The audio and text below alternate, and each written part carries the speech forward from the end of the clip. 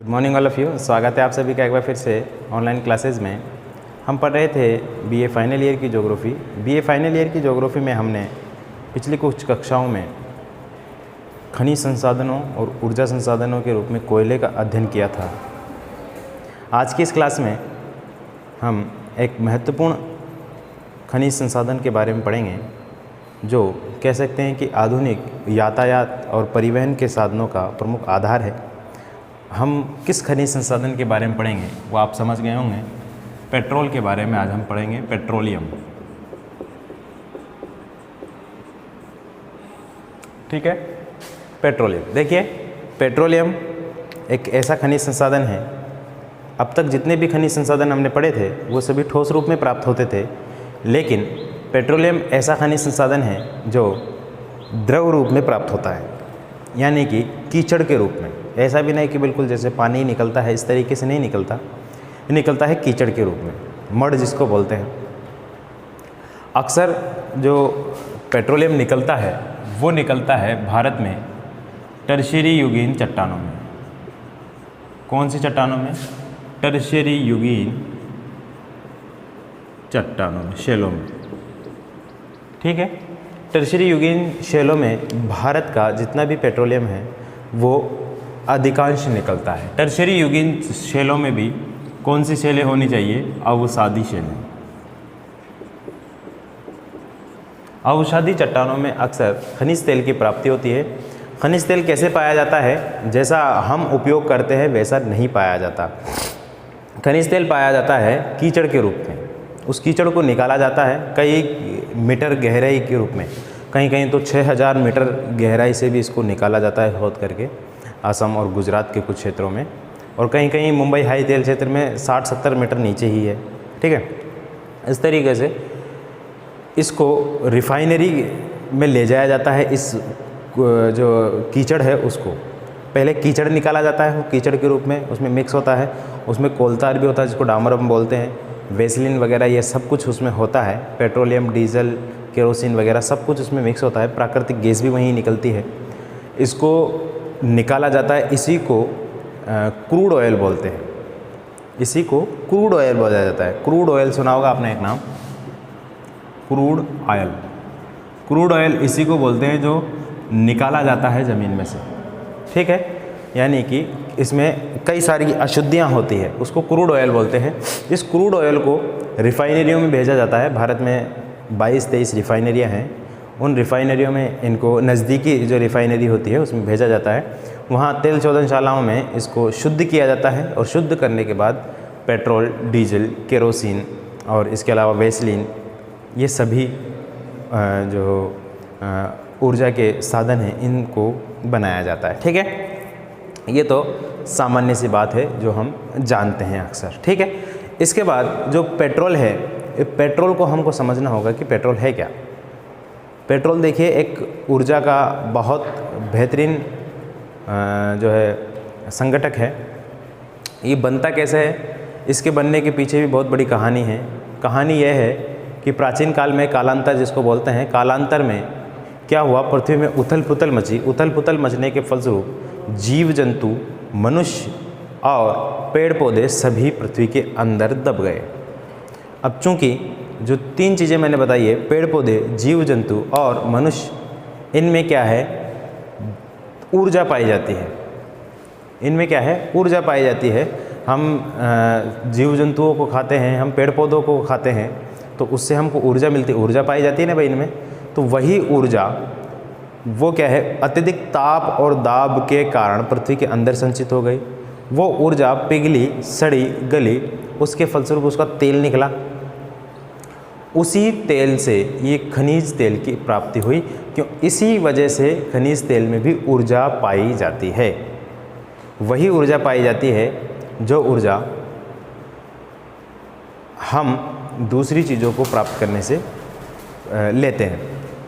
दूसरी कोई चीज़ें हम खाते हैं, जैसे जानवरों को, इसके अलावा पेड़ पौधों को हम खाते हैं, हमको ऊर्जा की प्राप्ति होती है। इसी तरीके की ऊर्जा उसमें संचित हो जाती है। वो ऊर्जा विस्फोटक रूप में होती है। उसी ऊर्जा को जो है फिर इस्तेमाल किया जाता है। अब आपको मालूम है ना, पेट्रोल, डीजल, ये जितने भी साधन हैं इनमें थोड़ा सा आग के पास ले जाओ, कितना जल्दी आग को पकड़ लेते हैं, क्योंकि इसमें ऊर्जा और ऊष्मा की मात्रा पाई जाती है। ठीक, चलिए इतनी बात हमको समझ में आ गई है। इसके बाद देख लेते, ये नॉर्मल बातें थी, इससे आपको कोई लेना देना नहीं, लेकिन मैं आपको बताना चाह रहा था। ठीक है, वो जो प्राकृतिक वनस्पति, मनुष्य और जीव जंतुओं का जो तेल निकलता है, वही तेल खनिज तेल के रूप में जाना जाता है, उन्हीं को चट्टानों से निकाला जाता है। निकाल लिया। अब देखते हैं इस खनिज तेल के बारे में। इस खनिज तेल का भारत में कितना प्रतिशत है क्षेत्र? भारत जो है विश्व का केवल 5% से भी कम खनिज तेल का उत्पादन करता है।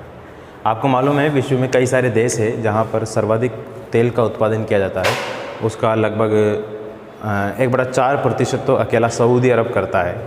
उसके आसपास के जितने भी देश हैं, जिसमें आपका कतर है, कुवैत है, ईरान है, इराक है और बहरीन है, ओमान है, यमन है, इन सभी देशों में तेल के विस्तृत बड़े बड़े कुएं पाए जाते हैं। इसी वजह से तो अमेरिका इनके ऊपर लगातार दबाव बना के रखता है ताकि ये अमेरिका की जो है उसमें रहे, हद में रहे। लेकिन ये देश जो है अपने तेल भंडारों के बलबूते अपने आप को विकसित करने में लगे हुए हैं। आपको मालूम है पाया कुछ नहीं जाता इन देशों में, ज़मीन में अगर खोदा जाए तो निकलेगा तेल, उगाया जाए तो केवल एक खजूर का पेड़ वहाँ पे उगता है। लेकिन दुनिया की हर किस्म की फैसिलिटीज़ वहाँ पे मौजूद है। ठीक है, सऊदी अरब में हम लोग यहाँ से कमाने के लिए जाते हैं, होता कुछ भी नहीं वहाँ पे, लेकिन फिर भी वो विकसित कंट्रीज़ कहलाती है क्योंकि उन्होंने इस तेल के दम पे अपने आप को बहुत ज़्यादा विकसित कर लिया है। चलिए अब देखते हैं इसके बारे में। 5% जो तेल पाया जाता है विश्व का भारत में, ये भी बहुत बड़ा आंकड़ा है। वैसे विश्व के कई सारे देश हैं जिसमें अरब कंट्रीज़ के अलावा अमेरिकी देशों में भी पाया जाता है। संयुक्त राज्य अमेरिका में बहुत तेल के भंडार है, लेकिन वो तेल के भंडारों का अभी तक इस्तेमाल नहीं करता है, उत्पादन बहुत कम करता है वहाँ से। क्यों करता है? वो भविष्य के लिए, भविष्य की सोच के चलता है, क्योंकि अभी विश्व के जो अरब देश है, अरब देशों में तेल भंडार जो है ख़त्म होने के कगार पे आने वाले कुछ 50-60 सालों में तो ये देश कंगाल हो जाएंगे। तो अमेरिका फिर अपने भंडारों का उपयोग करेगा, फिर वो तेल बेचेगा दुनिया को। ठीक है, वेनेजुएला है कंट्री, कोलंबिया है, यहाँ पे तेलों का उत्पादन किया जाता है। नाइजीरिया वगैरह अफ्रीका में कुछ देश है। तो ये कुछ विश्व के बड़े देश है। रूस में भी तेल का उत्पादन होता है। भारत 5% तेल का उत्पादन करता है, और भारत में जो तेल का उत्पादन करता है, तेल का उत्पादन करने वाली संस्था ONGC है। क्या नाम है? और नाम सुना होगा आपने ONGC। ONGC का मतलब क्या होता है? देखिए, all India natural gas commission. क्या है? All India natural gas commission, यानी कि ये भारतीय प्राकृतिक गैस कमीशन को कहते हैं आयोग, इसका ये पूरा नाम है। इसका जो मुख्यालय है वो है देहरादून में, देहरादून उत्तराखंड में। ठीक है, भारतीय प्राकृतिक गैस आयोग, oil India natural gas commission कह दे, कारपोरेशन कह दे, कुछ भी कह दीजिए। ठीक है, ये आपका उत्तराखंड में देहरादून में इसका मुख्यालय है। इसके अलावा एक और इंडिया में कमीशन है, ये भी तेल का उत्पादन करता है, ऑयल। इसको कहते हैं oil India limited, oil India limited, भारतीय तेल आयोग, ऑयल इंडिया लिमिटेड है। ये भी भारत में तेल का उत्पादन करता है। तेल का उत्पादन, शोध और उनको रिफाइनरी तक पहुंचाने की जिम्मेदारी इन्हीं की होती है। ठीक है, शोध कहते हैं खोज को, देश में महत्वपूर्ण खनिज तेल के भंडारों का पता लगाने का कार्य इन्हीं का है। ठीक है, आपको मालूम है कुछ 2000 से पहले भारत में असम, मुंबई हाई तेल क्षेत्र और गुजरात, यही कुछ गिने चुने तेल क्षेत्र थे। लेकिन अनुसंधान और अन्वेषण करके इन्होंने राजस्थान के थार के मरुस्थल जैसे इलाके में तेल के भंडारों का पता लगाया है, और भी विश्व में, भारत में कई जगह पे तेल के भंडारों का पता लगाया है। उसका कार्य कौन करता है? ये ONGC और ये ऑयल इंडिया लिमिटेड। इसका जो कारखाना है, इसका जो कारखाना कहाँ है, असम में भी है और नोएडा में भी है, यूपी में। ठीक है, नोएडा वैसे एनसीआर में आता है दिल्ली में, लेकिन यूपी इसमें क्षेत्र शामिल है। एक और है जिसको बीपीसीएल के नाम से जाना जाता है, Bharat petroleum corporation limited. Bharat petroleum corporation limited, यह भी तेल के शोध और उसके उत्पादन में महत्वपूर्ण भूमिका निभाता है। इसका जो मुख्यालय है वो कहाँ है, मुंबई में, भारतीय पेट्रोलियम कारपोरेशन लिमिटेड। ठीक है, तो ये 3 संस्थाएं हैं जो भारत में तेल के उत्पादन, शोध और क्रूड ऑयल जो होता है उसको रिफाइनरी तक पहुंचाने की सारी जिम्मेदारियां इनकी होती है। इन्हीं की देखरेख सारा कार्य किया जाता है। ठीक है, इसके बाद भारत में ओएनजीसी जो है, ओएनजीसी इसने लगभग 26 गैस, प्राकृतिक गैस और खनिज तेल के भंडारों का पता लगाया है भारत में अब तक। ठीक है, ये आंकड़ा आप याद रखिएगा। ओएनजीसी जो है इसने भारत में अब तक 26 तेल और गैस के भंडारों का पता लगाया है देश में अलग अलग स्थानों पर। ठीक है, जिसमें आपका राजस्थान भी शामिल है। राजस्थान में बहुत बड़े भंडारों का पता चला है, जिसमें अभी तक कुछ क्षेत्रों में उत्पादन वहाँ पे किया जा रहा है। ठीक है, इसके अलावा जो ये तेल होता है, इस तेल रिफाइनरीज जो होती है वहाँ पे इसका शोधन किया जाता है। तो उसको पढ़ना भी हमको ज़रूरी है कि भारत में कितनी तेल रिफाइनरी है, कितनी नहीं है। ठीक है, तो भारत में कुल मिलाकर अगर देखा जाए एनसीईआरटी की किताब के मुताबिक 22 तेल रिफाइनरियाँ हैं भारत में। कितनी? 22 तेल रिफाइनरी। 22 तेल रिफाइनरी में से 17 तेल रिफाइनरी तो जो है सहकारी या सरकारी या सार्वजनिक क्षेत्र की है,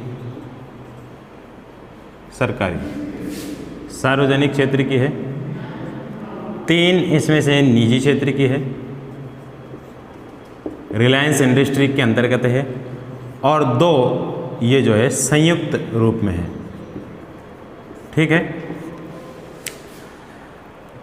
ये 22 रिफाइनरी देश के अंतर्गत है। कौन कौन सी रिफाइनरी, देखिए कुछ इम्पोर्टेंट रिफाइनरीज को देख लेते हैं। इन 17 में से 17 जो सरकारी है, इनमें से कुछ इम्पोर्टेंट है। उनमें से देखिए आप बरौनी है जो इम्पोर्टेंट है। ये कहाँ है? ये बिहार में है गुरुजी, लिख लीजिए आप इसको। इसके अलावा 3 रिफाइनरीज कहाँ है? आसाम में। ठीक है, एक तो डिगबोई है, एक सोनमती है और एक गुवाहाटी है। ये 3 रिफाइनरीज कहाँ हैं? ये है आसाम में। ठीक है, इसके अलावा कोच्चि है, ये कहाँ है? केरल में। कोयली, ये भी आपको मालूम होगा कहाँ है? गुजरात में। हल्दिया, ये भी पता होगा आपको कहाँ है? पश्चिम बंगाल में।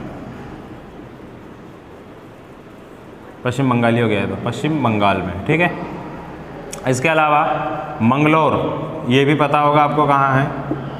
मंगलोर है कर्नाटका में। मथुरा है, मथुरा आपको मालूम होना चाहिए कहाँ है? यूपी में। इसके अलावा एक और है जिसको विशाखापत्तनम कहते हैं। विशाखापत्तनम, ये कहाँ है? आंध्र प्रदेश में। और एक है पानीपत, ये कहाँ है गुरुजी? ये है हरियाणा में। ठीक है, इसके अलावा भी कुछ है, वो ज़्यादा इम्पोर्टेंट नहीं है, लेकिन ये इम्पोर्टेंट है, इसलिए मैंने आपको 17 में से कुछ लिखवाई है। 1 2 3 4 5 6 7 8 9 10 11 टॉप 11 है ये देश में महत्वपूर्ण तेल रिफाइनरीज़ है जो अलग अलग राज्यों में स्थापित है। बरौनी बिहार में है। ये यहाँ असम का जितना भी तेल उत्पादित होता है उनका पाइपलाइन द्वारा भेजा जाता है। बाकी असम का तेल जो रिफाइनरी है ये डिगबोई, सोनमती और गुवाहाटी, यहाँ पर उसका शोधन कर लिया जाता है। ध्यान दीजिएगा, असम में जो सबसे पहले तेल का उत्पादन होता था वो रिफाइनरी होने के लिए कहाँ जाता था, म्यांमार में, ठीक है, क्योंकि म्यांमार और असम के बीच में संधि हुई थी, भारत का लेना देना उससे नहीं था प्रारंभ में। कोच्चि केरल में है, कोयली गुजरात में है, हल्दिया पश्चिम बंगाल, मंगलौर कर्नाटक में, मथुरा यूपी में, विशाखापत्तनम आंध्र प्रदेश और पानीपत हरियाणा में। ये सार्वजनिक क्षेत्र की है, ठीक है, सार्वजनिक क्षेत्र की रिफाइनरी है। फिर इसके अलावा 3 निजी क्षेत्र की देख लेते हैं हम, कौन कौन सी है। 3 निजी क्षेत्र की देखिए, एक तो है जामनगर, क्या नाम है, जामनगर। एक है बड़ीनाथ, ठीक है, बड़ीनाथ और जामनगर है, बड़ीनाथ है, और एक और है एस्सार नाम की। ये तीनों कहाँ हैं, गुजरात में, और किसके अधीन है ये, रिलायंस इंडस्ट्री के अंतर्गत, ठीक है, ये निजी क्षेत्र की है। रिलायंस इंडस्ट्रीज जो है वो यहाँ पर तेल का शोधन करती है, तेल को साफ करती है, फिर आगे भेजती है, ठीक है, मतलब उसको व्यापार के लिए भेज देती है। पहले क्रूड ऑयल में आता है, क्रूड ऑयल को साफ करके भेजती है। 2 संयुक्त रूप से है, दोनों संयुक्त रूप से कहाँ हैं, ये भारत और ओमान की है, ठीक है, ओमान अरब देश एक, भारत और ओमान की है, जिसमें ये है बीना में। अब बीना कहाँ है, मध्य प्रदेश में, ठीक है, बीना मध्य प्रदेश में एक है, और एक है आपकी, एक बीना में है और एक आपकी जो है वो है भटिंडा में। ये भटिंडा कहाँ है गुरु जी, ये है पंजाब। ये 2 रिफाइनरी ये संयुक्त प्रकार की है, ये 3 निजी क्षेत्र की है और ये सार्वजनिक क्षेत्र की है। इस तरीके से भारत में ये रिफाइनरियाँ हैं, इनको आप याद कर लेना, नक्शे के माध्यम से उसमें दर्शा लेना, ठीक है। इसके बाद हम देखते हैं भारत के कुछ प्रमुख तेल उत्पादक क्षेत्रों को, कि कौन कौन से राज्य में कौन कौन से तेल उत्पादक क्षेत्र प्रमुख रूप से पाए जाते हैं। इम्पोर्टेंट चीज़ वही है, ठीक है, चलिए उसको देख लेते हैं हम।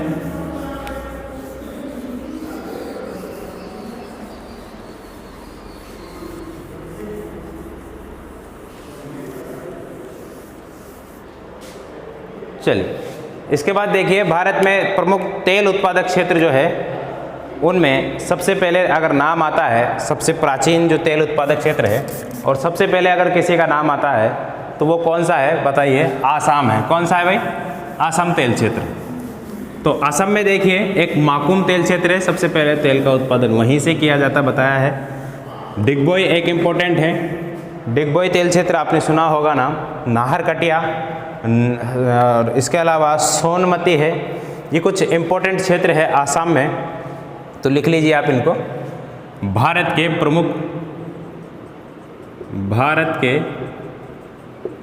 प्रमुख खनिज तेल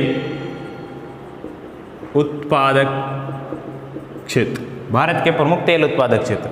अब इनमें देखिए कौन कौन से, सबसे पहले आएगा आपका नाम आसाम का, ठीक है। आसाम में देखिए, आसाम में डिगबोई इम्पोर्टेंट है, ये तो आपको याद रखना ही है।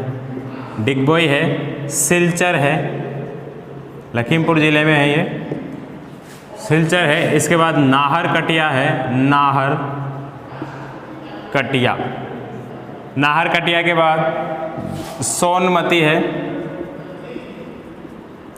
यहाँ पे एक क्षेत्र है माकुम तेल क्षेत्र, वो सर्वाधिक तेल का उत्पादन करता है। देखिए डिगबोई क्षेत्र में जो है लगभग 800 से ज़्यादा कुएँ हैं तेल के, डिगबोई में 800 से ज़्यादा कुएँ हैं तेल के। नाहरकटिया में लगभग 60 से 70 है, और सोनमती जो है यहाँ भी काफ़ी सारे हैं। इसके अलावा हुगरीमान मोरान क्षेत्र है, हुगरीमान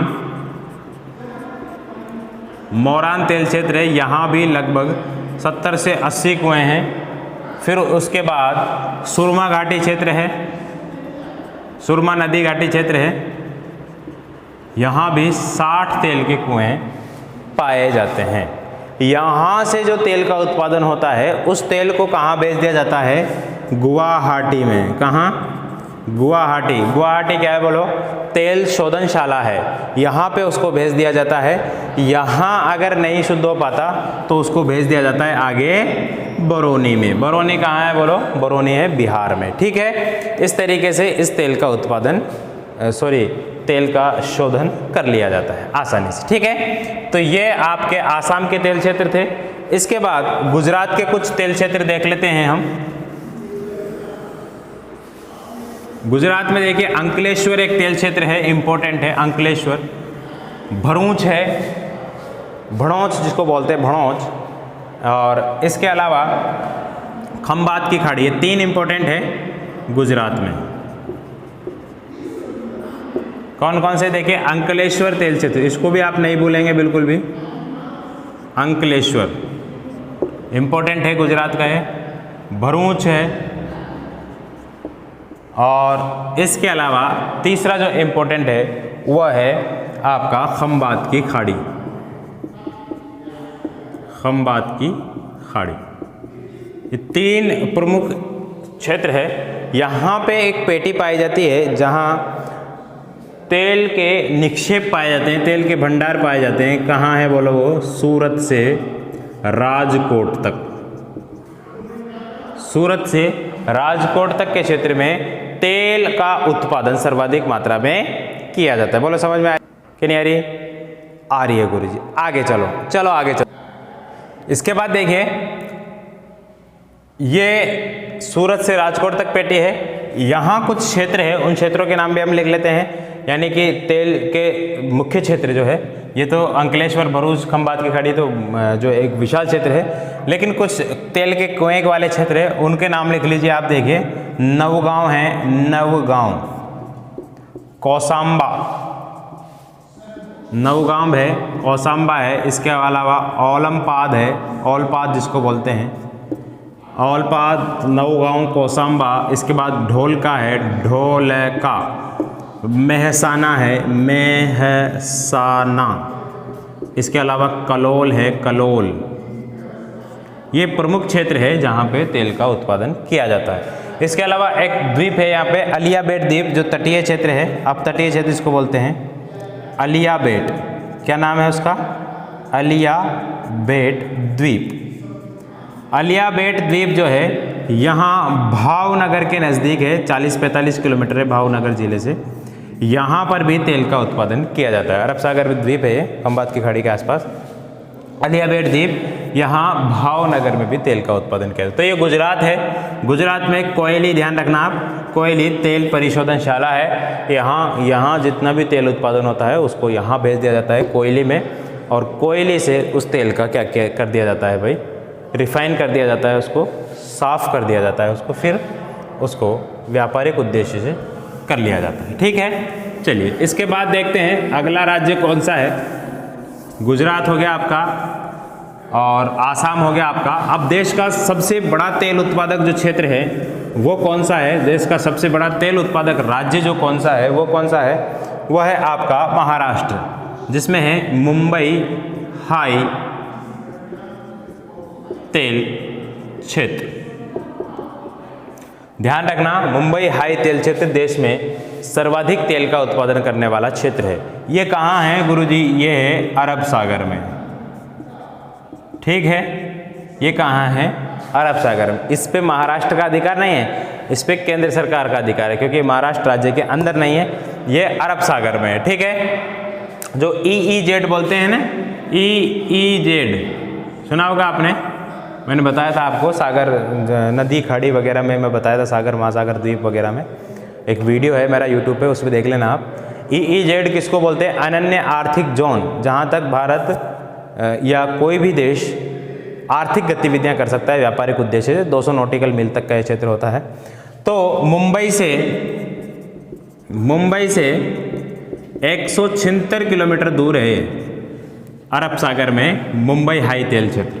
ठीक है, यहाँ पर जापान की सहायता से, जापान जो देश है, जापान से एक शिप मंगाया गया था, जहाज, जिसको सागर सम्राट के नाम से जाना जाता है। सागर सम्राट जापान से मंगाया गया था ये सागर सम्राट। ये है वहाँ पर एक बहुत बड़ा जहाज है, उसमें तेल का उत्पादन किया जाता है। ठीक है, मुंबई हाई तेल से समुद्र के अंदर है, ये अरब सागर में है, मुंबई से 176 किलोमीटर पश्चिम की तरफ है, वहाँ पे तेल का उत्पादन किया जाता है। जैसे ये आपका गुजरात हो गया, गुजरात के बाद ये है हमारा भारत, तो यहाँ पे देखिए ये मुंबई है यहाँ पर, तो मुंबई से यहाँ पर ये है। ठीक है, मुंबई हाई तेल क्षेत्र यहाँ है, समझ में आ रही ना आपको। तो सागर सम्राट के नाम से यहाँ पर तेल उत्पादन किया जाता है। 19 कुछ किताबों में 1976 है, कुछ किताबों में 1970 है। एनसीईआरटी के मुताबिक 1970 से यहाँ पर तेल का उत्पादन किया जा रहा है। ठीक है, कुल भारत में जितना भी तेल उत्पादित होता है उसका लगभग 60% तेल यहीं से उत्पादित किया जाता है। ठीक है, बहुत इंपॉर्टेंट है ये। लेकिन वर्तमान के संदर्भ में देखा जाए तो राजस्थान में भी काफ़ी सारा तेल का उत्पादन होने लगा है, लेकिन नवीन आंकड़े जो है वो किताब में अभी तक मौजूद नहीं है। ठीक है, वसीन या वसाई नाम का एक क्षेत्र और है महाराष्ट्र में, उसको भी आप याद कर लेना। वसीन या वसाई कुछ भी नाम याद कर लेना आप, ये भी महाराष्ट्र में एक प्रमुख तेल उत्पादक क्षेत्र है। इसके बाद कुछ और राज्यों की बात कर लेते हैं हम। और राज्यों में देखिए, ये मुंबई हाई तेल क्षेत्र हो गया। इसके बाद आंध्र प्रदेश में भी है एक तेल क्षेत्र, केजी बेसिन जिसको बोलते हैं। अब बताइए केजी बेसिन क्या है। केजी बेसिन एक क्षेत्र है, केजी बेसिन आंध्र प्रदेश में है। केजी बेसिन बोलते हैं कृष्णा और गोदावरी नदी के बेसिन को।